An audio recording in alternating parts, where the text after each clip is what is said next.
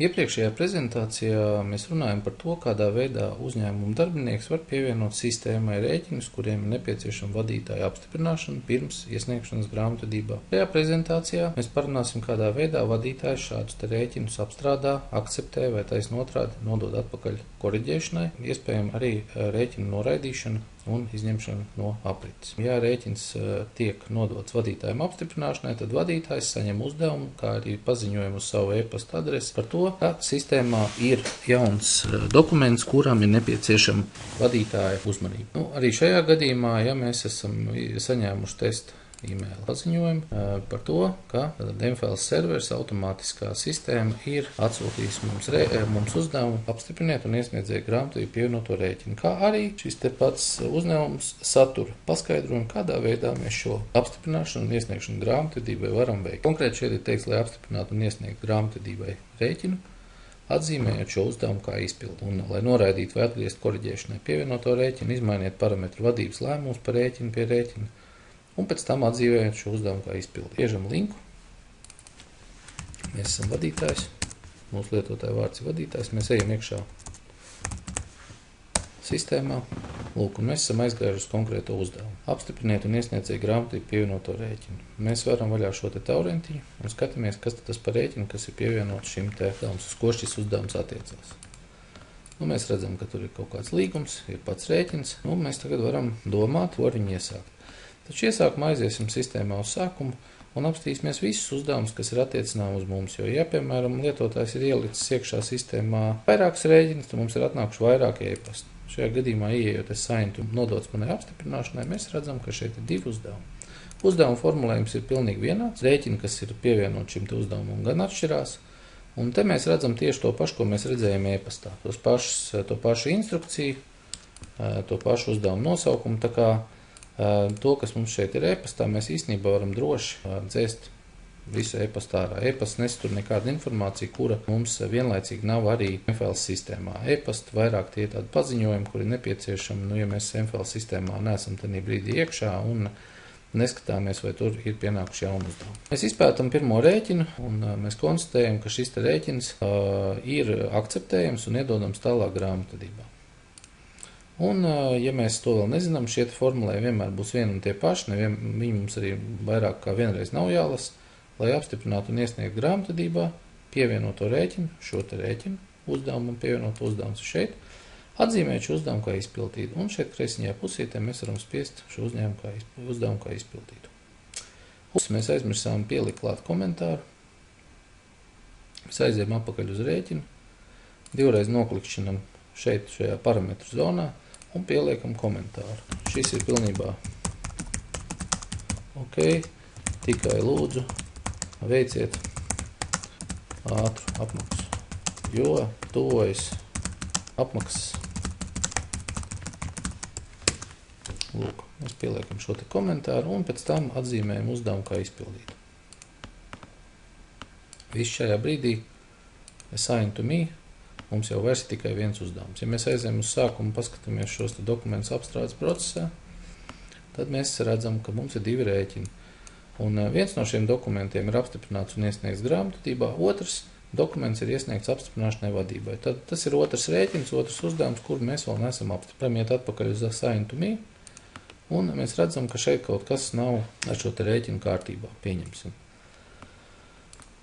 Mēs apskatāmies, kas tajā rēķinātē ir iekšā, un mēs redzam, ka te pieņemšanas nodošanas akts ir, bet iedomāsimies, ka šim pieņemšanas nodošanas aktam, mēs viņu apskatāmies, mēs redzam, ka viņš ir tukšs, ka tas nav nekāds pieņemšanas nodošanas akts, tas ir vienkārši tukšs fails. Lūk, un tad mēs sākam domāt, ko tagad darīt, un mēs apskatāmies uzdevumu un skatāmies, lai noraidītu vai atgriezt koriģēšanai pievienoto rēķinu, izmainiet parametru vadības lēmumus par rēķinu pie rēķinu parametriem, un pēc tam atzīmēt šo uzdevumu kā izpildīt. Ejam uz rēķinu.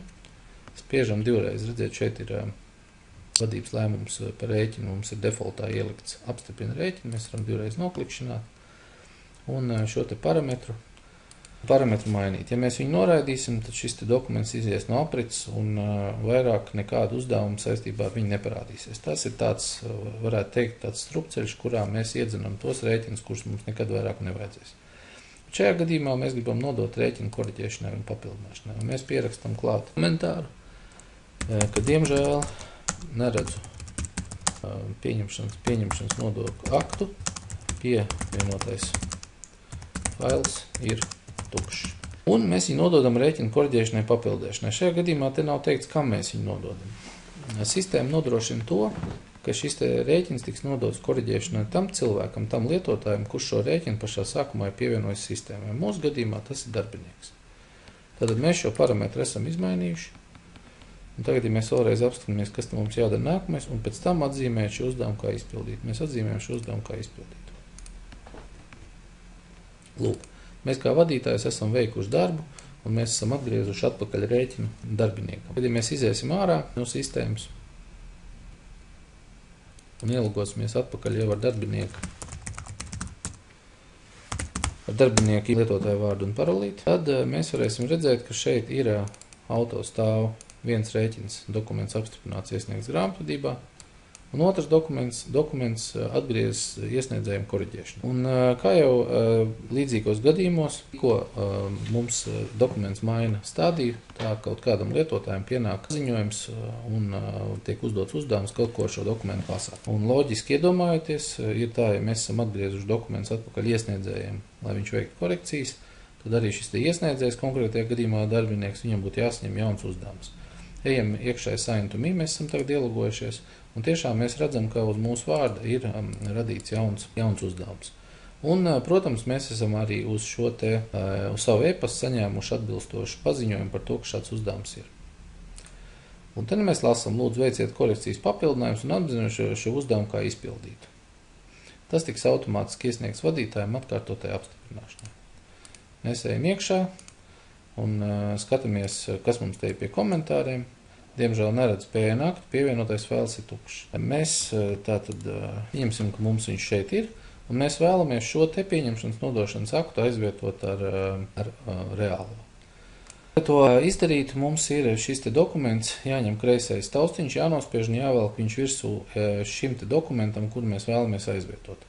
Un sistēma automātiski prasa, are you sure to want to replace? Tātad, vai tiešām mēs esam pārliecināti, ka mēs gribam šo dokumentu aizvietot ar jaunu dokumentu. Mēs sakam, ka mēs to vēlamies izdarīt. Un redz, kur mums ir jaunais dokuments un viss pārējais. Tagad mēs viņu gribam atkārtot iesniegt vadītājiem apstiprināšanai.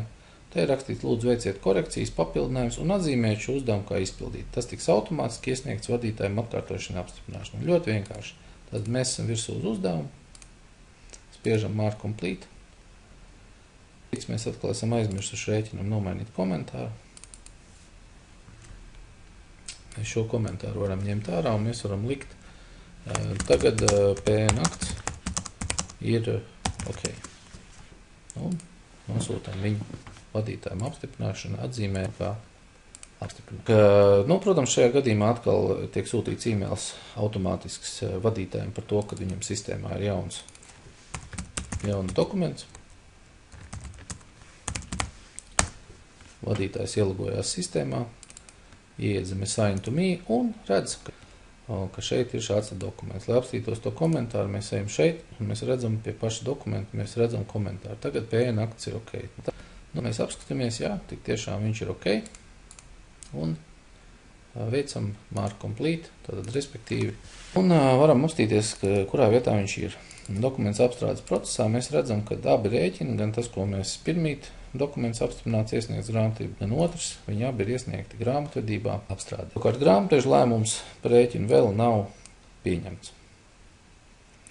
Un šeit jau mēs redzam, ka mums ir izveidots uzdevums grāmatvedim, šeit viņš iztaucās nedaudz savādāk, kurš izklausās sekojoši. Klients iesniedz jaunu rēķinu caur mFiles komunikātoru sistēmu, izvērtējiet dokumentu un pieņemiet lēmumu par dokumentu tālāku virzību. Pēc šī parametra izmainīšana rēķins tiks automātiski novirzīts uz nākamo. To nākamajā prezentācijā. Tātad šobrīd dokuments jau ir nonācis grāmatveža redzeslokā. Mums kā vadītājiem nekādu uzdevumu saistībā ar šo lietu nav, tātad mēs neko neesam aizmirsuši, mēs varam droši iet ārā no sistēmas. Šajā gadījumā mēs vienkārši uzmetam acis vēl uzdevuma menedžerim, respektīvi, kuram tad ir šobrīd lietotājiem tādu uzdevumu, kas nav līdz galam izpildīt, un tāds dotajā konkrētajā brīdī ir tikai grāmatvedis.